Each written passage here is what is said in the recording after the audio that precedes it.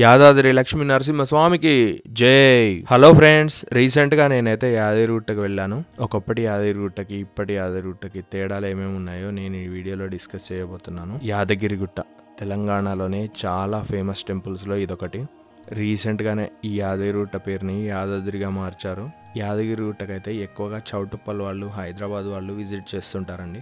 పక్కనే ఉన్న భువనగిరి వాళ్ళు కూడా చాలా ఎక్కువగానే ఇక్కడికి వస్తుంటారు. ఇంకా చెప్పాలంటే హైదరాబాద్ నుంచి యాదగిరిగుట్టకైతే ఎక్కువ మంది వస్తుంటారు.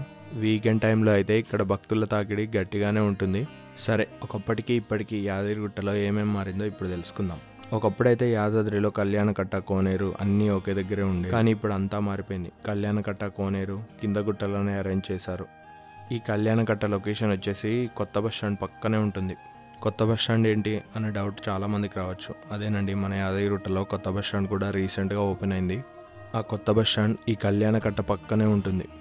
ఇప్పుడు మనం నెక్స్ట్ కొత్త బస్ స్టాండ్ గురించి మాట్లాడుకుందాం. కొత్త బస్ స్టాండ్ అయితే చాలా నీట్గా డిజైన్ చేశారు. ఈ బస్ స్టాండ్లో లాకర్ రూమ్ కూడా అందుబాటులో ఉంది. దైవ దర్శనానికి వెళ్ళాలనుకునే వారు మీ లగేజ్లు, సెల్ ఫోన్లు ఇక్కడైతే హ్యాపీగా పెట్టుకొని వెళ్ళిపోవచ్చు. ఇక బస్ స్టాండ్ విషయానికి వస్తే ఇక్కడ నుంచి కొండపైకి ఫ్రీగా బస్సులు అందుబాటులో ఉంటాయి. హైదరాబాద్ నుంచి కొన్ని బస్సులు డైరెక్ట్గా ఇక్కడికి వస్తాయి, కొన్ని బస్సులు ఏమో పాత బస్ స్టాండ్ వరకే వస్తాయి. హైదరాబాద్ నుంచి డైరెక్ట్గా బస్సు ఇక్కడికి వస్తే నో ప్రాబ్లం, కానీ పాత బస్ స్టాండ్కి వస్తే మనం ఆటో ఎక్కి ఇక్కడికి రావచ్చు. పాత బస్ స్టాండ్ నుంచి ఇక్కడికి ఆటో ఛార్జ్ మినిమం 20 రూపాయలు ఉంటుంది. మేము రీసెంట్గా యాదగిరిగుట్ట వెళ్ళినప్పుడు అయితే నాకు ఈ ఎక్స్పీరియన్స్ అయింది, అందుకే నేను మీకు క్లియర్గా చెప్తున్నాను. రీసెంట్గా మేము యాదాద్రి వెళ్ళినప్పుడు మా బస్సు అయితే పాత బస్ స్టాండ్లోనే ఆపేశారు. అక్కడ నుంచి మేము ఆటోలో వెళ్ళాల్సి వచ్చింది. బస్సు డైరెక్ట్గా యాదగిరిగుట్ట కొత్త బస్ స్టాండ్కి వెళ్ళొచ్చు, వెళ్ళకపోవచ్చు.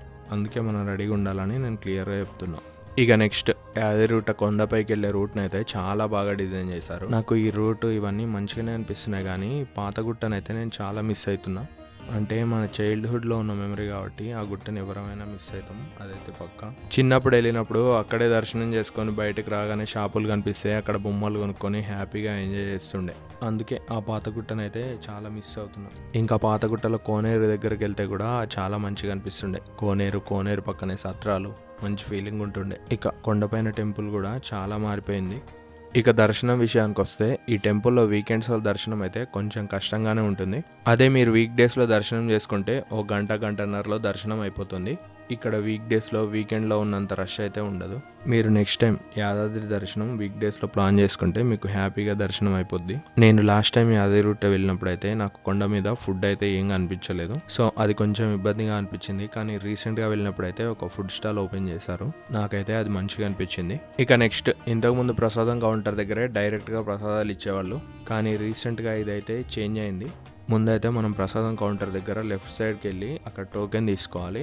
అక్కడి నుంచి టోకెన్ తీసుకొని వచ్చి ఇస్తేనే ప్రసాదం కౌంటర్లో ప్రసాదం ఇస్తారు. నాకైతే ప్రసాదం తీసుకోవడానికి కూడా టోకెన్ తీసుకోవాలనే కాన్సెప్ట్ కొంచెం ఇబ్బందిగానే అనిపించింది. ఎందుకంటే టోకెన్ తీసుకోవడానికి ఒకసారి లైన్లో నిలబడి మళ్ళీ ప్రసాదం తీసుకోవడానికి ఒకసారి లైన్లో నిలబడడం కొంచెం ఇబ్బందిగానే ఉంటుంది కదా. కింద లాకర్ రూమ్లో ఫోన్ పెట్టుకోవడం మర్చిపోయిన వాళ్ళ కోసం పైన కూడా ఒక లాకర్ రూమ్ ఓపెన్ చేశారు. ఇక్కడ మనం మన లగేజ్లు పెట్టుకోవచ్చు, అలాగే సెల్ ఫోన్లు కూడా పెట్టుకోవచ్చు. మీరు పక్కా సెల్ ఫోన్ని లాకర్ రూమ్లోనే పెట్టండి, ఎందుకంటే టెంపుల్లోకి అయితే ఫోన్లని అలో చేయరు. మనం మన లైఫ్లో ఎంత ఆగంలో ఉన్నా కూడా యాదగిరిగుట్టకు వచ్చినప్పుడు వచ్చే ఆ పాజిటివ్ వైబే వేరండి. మనం అక్కడ ఉన్నంతసేపు వేరే బాధలే గుర్తురావు, హాయిగా ఎంజాయ్ చేస్తాం. కొత్తగా కట్టిన యాదగిరిగుట్టలో ఏదో పవర్ ఉంది భయ్య. ఒక్కసారి వెళ్ళడం స్టార్ట్ చేస్తే వెళ్తూనే ఉంటాం. అంటే ఇంతకుముందు కూడా వెళ్తుండే, కానీ ఇప్పుడు ఫ్రీక్వెంట్గా వెళ్తున్నాం. నేనైతే సంవత్సరానికి 2-3 సార్లు పక్కా ఇక్కడికి వెళ్తూనే ఉంటా. యాదగిరిగుట్ట గురించి మీలో చాలా మందికి తెలుసు, కానీ తెలియని వాళ్ళు కూడా కొంతమంది ఉంటారు కదా. సో వాళ్ళ కోసమే నేను ఇవన్నీ క్లియర్గా ఎక్స్ప్లెయిన్ చేశాను. దైవ దర్శనానికి వెళ్ళిన ఎవ్వరూ ఇబ్బంది పడదు, అదే నా ఆలోచన. ఇది యాదగిరిగుట్టలో నా ఎక్స్పీరియన్స్. హోప్ మీకు ఈ వీడియో నచ్చిందని అనుకుంటున్నాను. మళ్ళీ మరొక వీడియోతో మిమ్మల్ని కలుస్తా. అంతవరకు ఉంటాను మరి.